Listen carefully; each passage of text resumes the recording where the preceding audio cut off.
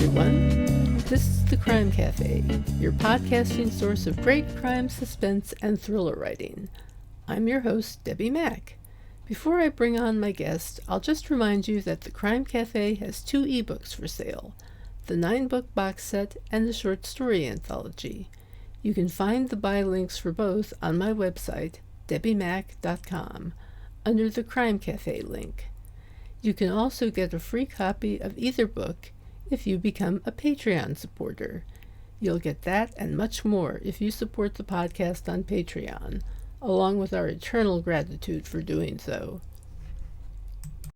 I would also like to recommend Stitcher Premium if you're a fan of podcasts. If you like true crime or crime fiction, there are loads of podcasts out there for you. And with Stitcher Premium, you can listen to the exclusive archives from Criminology or bonus episodes from True Crime Garage. You can also listen ad-free to episodes of your favorite podcasts. I've subscribed, and for only $4.99 a month, it's nice to have ad-free entertainment. Just go to stitcher.com/premium and use the promo code CRIMECAFE, that's one word, all caps, to try it out. Absolutely free for a month. Hi, everyone. Today our guest is a criminologist who's lectured on crime for more than 25 years. She's a crime and court journalist whose work has appeared on educational websites, and her resume as an instructor in the field is truly impressive. She's taught at law enforcement schools across the country, including one in Roswell, New Mexico, but never worked on the X-Files, as far as I know. She's also a true crime writer with at least 2 books to her credit. Our guest today is Judith Yates. Hi, Judith. Thank you for being here. Hey! Thank you for asking me. We're here. We are here. Better believe. What made you choose to study criminology? I couldn't do math. I'm not a mathematician. It started out as a psych major, and I found out by taking intro math, which at the time my 5th grade nephew was helping me with the math. And I felt very stupid. And comes to find out I have dyslexia with numbers, which is called dyscalculia. And I cannot do math. So, nobody needs to hand over their checkbook to me because I'll totally destroy their account. But I found out there was a lot of math involved in psych, and I was already feeling very bad about not being able to do math because everybody around me was saying, oh, that is so, it's so simple. Why don't you get it? I turned to criminal justice, I think in part too, because my grandfather was a military veteran and he worked for Pinkerton as a security officer. And lo and behold, I find out later in life that my father had also worked security. So it was also in the blood. And then it was also, I just can't do math. So it kind of fell into place. So Pinkerton, that's very interesting. A lot of crime writers, well, at least one that I can think of worked as a Pinkerton, Dashiell Hammett. Wow. Yeah, this was when Pinkerton was, my grandfather caught burglars and chased down robbers, and, he was very involved. And of course, as a little kid, you really look up to that. And he was also a gunsmith. So he taught me about shooting. I was plinking tin cans with a .22 before I learned to write, if that tells you anything. He used to pop it up on an old tire and let me shoot. So, where did you do this? Where were you located at the time? Oh, well, we weren't, survivalist. We didn't have our own, bunker or anything. He was just a gunsmith. So he was. I'm just wondering if you're out in the country or what. Right. No, I'm from San Antonio, Texas, and he worked construction. So we would go out to the construction sites where he worked, and he would show me these huge trucks and machines that he worked on, and we would take the guns and He'd line up the cans and such. And so we would shoot that way. And then, of course, as I got older, we'd go to the gun range and such. And then I would like to sit and watch him clean guns and build guns. And I still like the smell of gun oil. It's very strange, but I still like the smell of it. Well, that's very interesting. I've been reading your book, Bullied to Death. It has to be one of the saddest stories I've read in a long while. Can you tell our listeners what the book is about? Sure. Bullied to Death is about a little girl named Cherokee Harriman, just this adorable little preteen, and she had some issues at home. She had some issues mentally and emotionally. And on top of that, she was the brunt of some bullying. And at times she could also be the bully herself. Now, how I came about learning about this case is I saw it on the news, and it got me to thinking, okay, do kids really kill themselves because they are bullied, or is there some other factor? Now, I was writing another book while I saw this on the news, and I said, I cannot take on another book. I am deep into this one. I'm driving to Memphis back and forth as often as I can to work on this one. But I kept feeling literally a nudge on the back of my left shoulder, like someone was poking me, saying, look at this, look at this. So I delved into it. I will never write 2 books again at the same time. But I looked into it. I talked to her parents. I talked to her family. If you do not want me to do this, I will not. They all agreed. I interviewed the family, looked at the files, and the story is that this little girl had a lot of issues, and issues that I don't even know if an adult could take on, much less a child. I started investigating these cases of where kids are killing themselves because of bullying.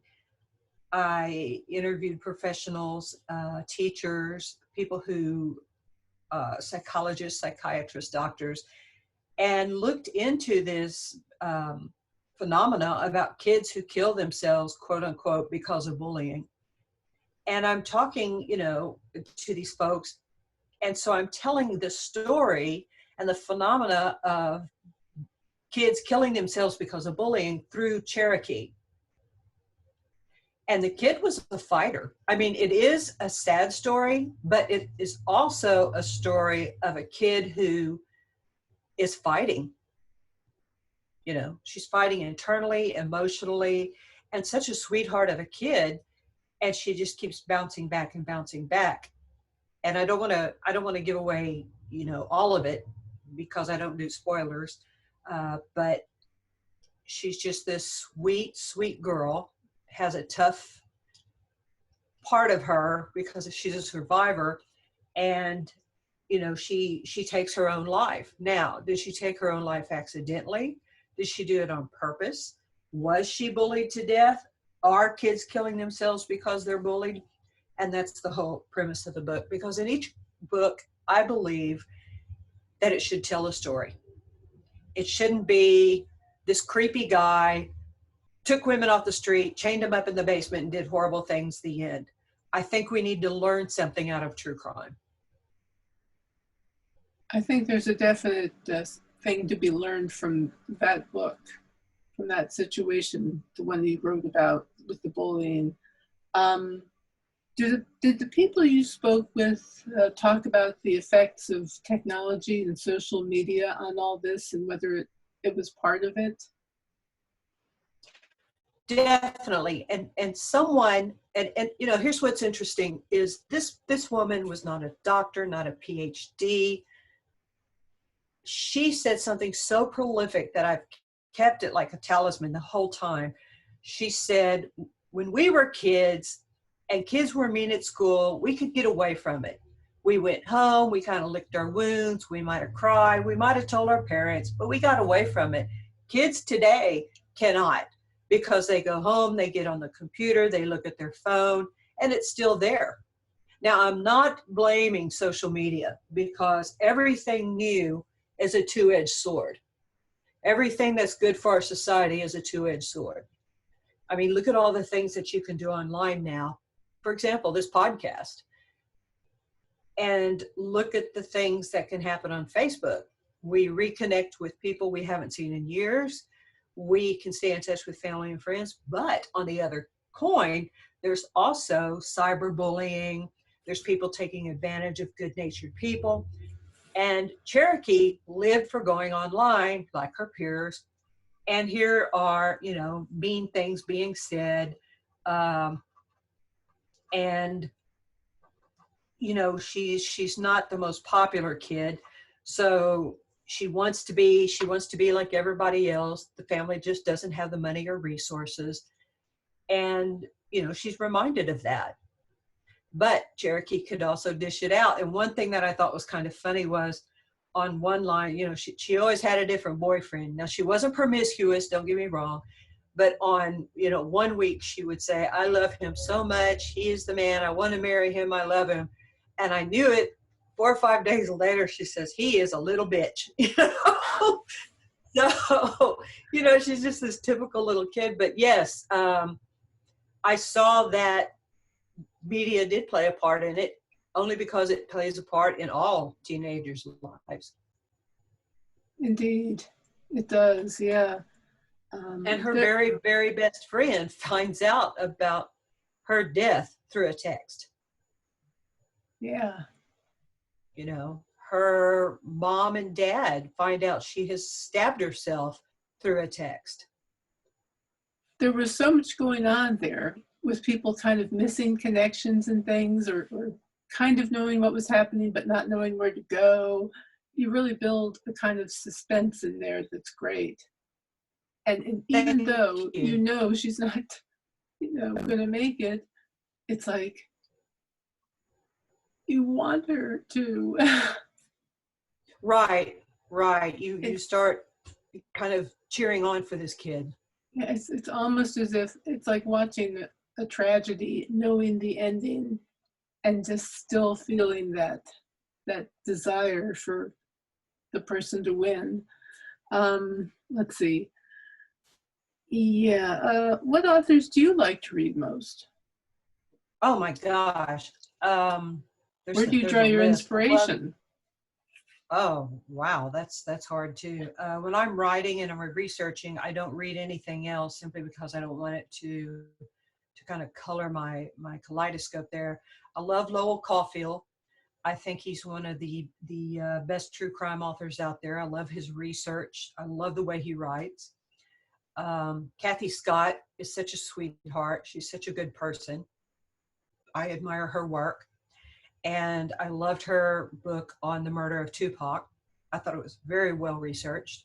And that's, you hear me keep saying that word because that's the crux of the whole true crime gamut. Eric Larson, I love his work just because of the way he writes. And let's see, I'm looking at who else I have on my bookshelf here. Gavin DeBecker, I love his books because it's more about proactive being safe than reactive. And it's truth, like for example, in one of his books, he talks about all this business that happened after 9/11, how the media was scaring us more than we should have been scared. Yes. The role of the media is very interesting in all this too. What do you see as your role as a true crime writer? I think we need to tell a story.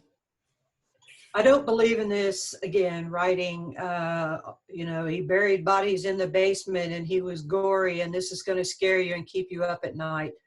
I don't believe in stories like that. And I think Anne Rule set the precedent of let's learn from this instead of being gory and freaking you out. Because there's really nothing to be learned from being gory and freaking you out. That's a name I hear all the time, Anne Rule, from other true crime writers. Yeah. Right. And I just, true crime authors, again, since POD and self-publishing came out, everybody suddenly was going to be an author. And I always insist, just because you can write a book doesn't mean you should. It's sort of like, just because you read about how to defuse a bomb online doesn't mean you should try it. Because when you're writing true crime specifically, you are holding these people's hearts in your hand, meaning the victims and the victim survivors. You're holding their hearts, their minds, their lives. I want you to think of the most horrific, sad, challenging thing that ever happened to you in your life that still affects you. Now you are telling a perfect stranger, and you want them to honor it and use it to help others. You are handing that over to them to be told to everyone. And it's like anything else. With true crime, people either love your work or they hate your work. If you look on, like on Amazon and Goodreads, when people review your stuff, they either love it or they hate it. You'll have 2 or 3 typos, and right away you're a horrible editor. But anyway, it's funny. I write for professional editors all the time. But anyway, we're talking about victim survivors here, the most horrific thing that could ever happen to someone, and you're holding that in your hands, and you best respect it. You can't just say, "Oh, I think I'll write about, the South Texas killer and how many people he killed, and oh my God, how many people he hung up by the foot and stripped and killed and all of this." Okay, everybody that he killed had a family and friends that loved him. And do you think they want that out there about their loved one? So I think we need to think about that when we write anything that has to do with anyone being murdered or hurt. I couldn't agree with you more. That's a very important point about thinking about the effect of what we write on the people we're writing about, if we're writing about true events. I run into this issue a lot with documentary. I've taken documentary classes, and the same kinds of issues come up. How will you connect with the people that you're writing about? How will you portray them in the way that best serves the story and their, everyone's interests, I guess, if that makes sense? Oh yeah, definitely. Okay, good, great. Yeah, you also have another book called She is Evil. What is that one about? That one is about Leah Ward, who is from a little tiny town in Tennessee. And Ijaz came into this country where he had promised his mother he was going to make a life for himself. And he was very successful, very likable, and he happened to be a Pakistani national. And Leah meets Ijaz through the kindness of his heart, and also because his religion dictates to be kind to others, and he is Muslim. He helps Leah get on her feet, and even though he's seeing all these red flags and his friends and his family are saying, "Get rid of her, she's taking advantage of you, she is not a nice person," he still insists on helping her. The last thing he did for her was an act of kindness. He gave her a bunch of money. He took her to a very nice hotel downtown Memphis and said, "Okay, here's a bunch of money to take care of yourself and your children. Here's a nice hotel to stay at until you get on your feet. Thank you, goodbye." and she ended up killing him. And I wrote that book because I got so tired of hearing people talk about people from the Middle East as if they were all woven from the same cloth. You know, evil, killers, hated America, and particularly those of the Muslim faith, and how the religion dictates killing Americans and hating everyone and hating everybody that wasn't Muslim. And here's this so-called Christian white female that murders Ijaz in a horrific way. She stole everything he had. She just about cleaned out his bank account. She lied every time she opened her mouth. And out of the kindness of his heart, and because his religion dictated it, he gave her every chance that he could. And she still murdered him. And you know, as much that I dug and dug and dug, I could not find anything bad on Ijaz or anyone that said anything bad about him. He was just a good guy that met the wrong person at the wrong time. And even when he met her, he moved her into one of his houses. That was one of his businesses, is he had rental property. And he told her, you know what, I don't feel safe with you living here because it's a bad neighborhood. So he put her in his house, and he said, but as Muslim, I can't be under the same roof with a woman I'm not married to. So he moved out with a friend and gave her his house. And just, you know, and meanwhile, she is taking everything, because he also had an import store of things from Pakistan. She took everything he had and sold it to the pawn shop. He had a ring that was worth, I don't even know how many thousands and thousands of dollars, because his brother was a jeweler in Pakistan. And she got $20 for it at the pawn shop. Oh, geez. Boy, talk about being taken advantage of. Oh my goodness, that's nothing. But again, the backstory is, you know, the Muslim faith is not all about the kill people and become, you know, God and have 20 virgins and hate America. You know, not everyone is like that. It's sort of like taking Tim McVeigh, who blew up the Murrah building in Oklahoma. Okay, Tim McVeigh was white, blonde-haired, blue-eyed, and professed to be Christian. It's like taking Tim McVeigh and saying, well, I guess all white males with blue eyes are going to blow up federal buildings. We can't do that. We can't take a small handful of people and say everybody is like that. And that's what I was trying to explain in the book. And one of the things that I thought was interesting is the prosecutor told me that they were afraid to go to trial because after 9/11, the anger and animosity toward people from that country, they kind of lump it all together, and him being Muslim. Now, what kind of justice is that? Yeah, exactly.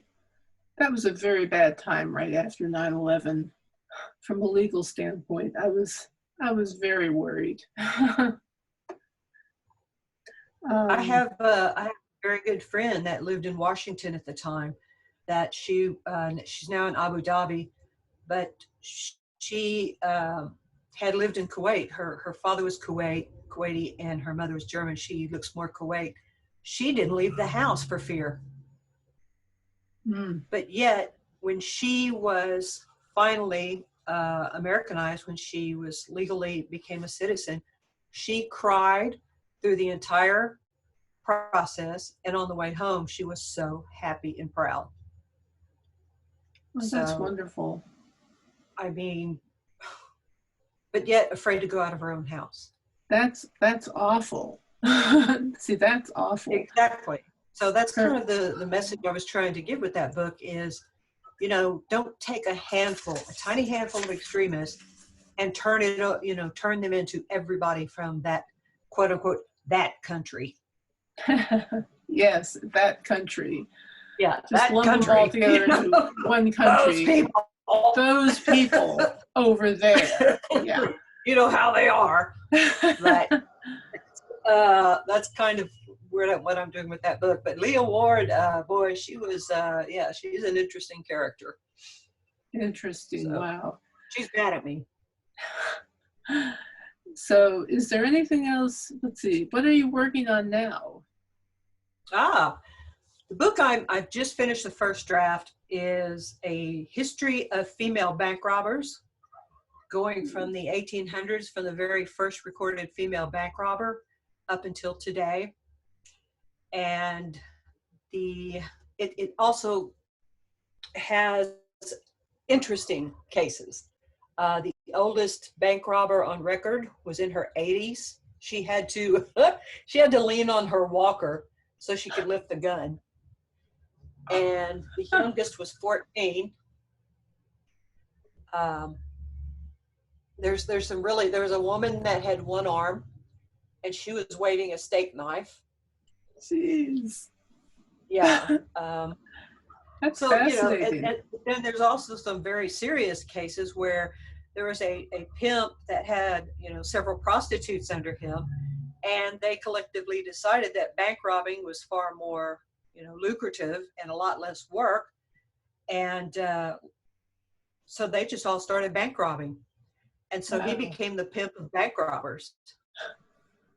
So the pimp of bank robbers. What a proud title. And he's sending him out on the street. Meanwhile, here's even, he's wearing an ankle bracelet from being on parole. So oh my gosh. It gets crazier, but then there's also some very sad cases, and there's also some very dark cases. But and at the same time, it discusses the social and political impact on females throughout history. And in the beginning, in the 1800s, a lot of the women posed as men to commit these robberies. And then it makes a turnaround, and you see women posing as men to commit these robberies.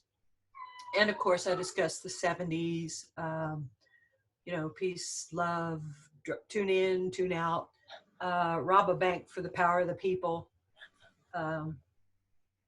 So there's some really interesting stories as well. So I'm really excited about that because it's the first time I've ever done something like that. A lot of research. I'm assuming Bonnie and Clyde figure in there somewhere. No, Bonnie Parker never robbed a bank. Nope. So this whole "we rob banks" isn't exactly. Oh my God! Don't get me started on that horrible movie. I'm a Bonnie and Clyde aficionado. I mean, if there's something you want to know about that case, ask me. But please don't bring up that stupid, horrible movie. Nothing. No movie has actually depicted. Look, I'm punching my desk. No movie has actually depicted the true Bonnie and Clyde. None of them. Well, I'll tell you. And Faye Dunaway doesn't look a damn bit like Bonnie Parker. No, none of them do. And by the way, I saw the new Harriet Tubman movie last night. I was so disappointed. Really? Oh, so disappointed. Well, I'm sorry to hear that, but I have a recommendation. Go see Knives Out.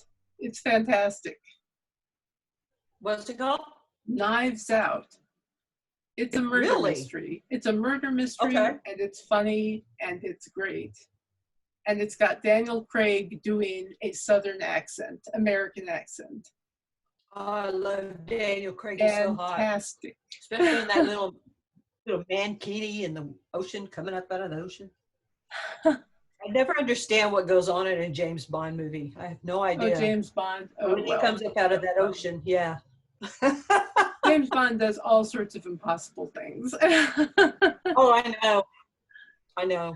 Like coming out of the ocean in that mankini, and none of those women look. None of those women on that ocean look. Nope. It's just everyday business for James. Oh, James. Well, is there anything else you'd like to say before we finish up? Yeah. Hold on, sorry, I just took a bite of a ginger snap when you said. No problem. every one of my books in the back, or in the book itself, has a glossary of where you can go for more information. For example, with Cherokee Harriman's book, Bullied to Death, there are information lists, or I'm sorry, there is a list of resources for information on cyberbullying, bullying, mental illness in juveniles, fire setting in children. And every book that I write, a portion of the book goes to a nonprofit organization in the victim's name. That's fantastic. That's excellent. Well, we have to learn from bad. If we don't learn from bad, we're going to continue to go forward in bad. So, and I learned that from a dear friend of mine named Esther Loeb. She was a Holocaust survivor. And that's one of the things that she taught me, is we have to learn from the past and make good of it. So I tried to do that with the books. I think that's a wonderful thing that you're doing. Thank you. It's been a pleasure having you on, Judith. Thank you so much for being here. Thank you so much. Thank you for asking me. Oh, certainly. It was my pleasure. Before we go, let me just remind you that the Crime Cafe 9-book set and short story anthology can be purchased at any retailer listed on my website, debbiemack.com. You can also get copies of each if you become a Patreon supporter. If you're watching the video or listening to the podcast, look for the link to the Patreon page below. And please leave a review of the podcast, if you would, on the podcast channel of your choice. Thank you so much. And with that, be advised that our next guest will be June Trop. That'll be in 2 weeks. So until then, take care and happy reading.